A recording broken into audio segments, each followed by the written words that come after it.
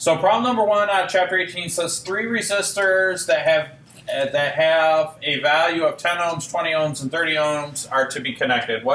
How should you connect them to get the maximum equivalent resistance? And what is the maximum value? How should you connect them to get the minimum equivalent resistance? And what is the minimum value? So when they say how should you connect them, what are they referring to? In a series of... Yeah, should you do it in series or parallel? And we know from our little experiments that we did that it does change the voltage and the resistance, because there's that relationship between the current and the voltage and the resistance. So basically what we're going to have to do in this particular case is calculate the overall resistance for series and parallel. So let's do series first. So if we connect these 3 in a series, remember that the formula for the total resistance is just the sum of the resistance, okay? And then at the end of this, we're going to compare and find out what is the maximum and what's the minimum value. And so if I add this up, it's 10 plus 20 plus 30 ohms, right?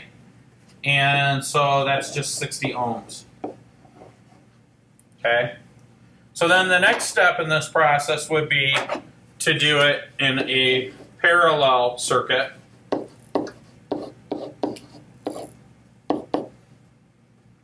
Now that one you got to say over 1, right?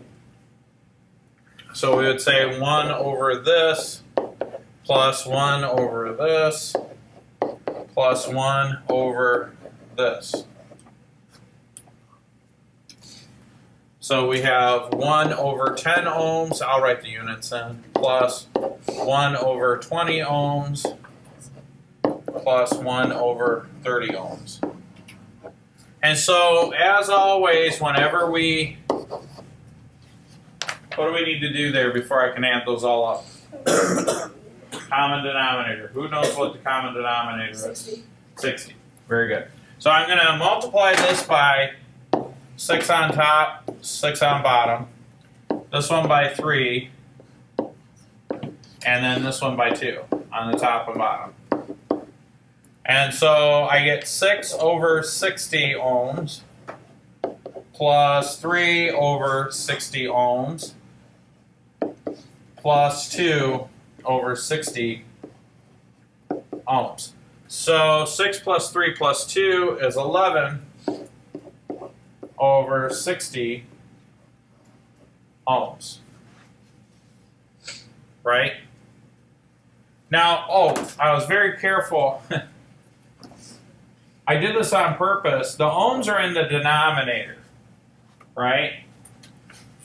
What do I want? Is that the answer?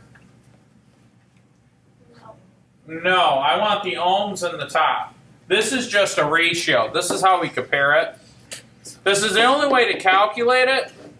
But what I'm really looking for is this value here. And so what I'm going to have to do is reciprocate that.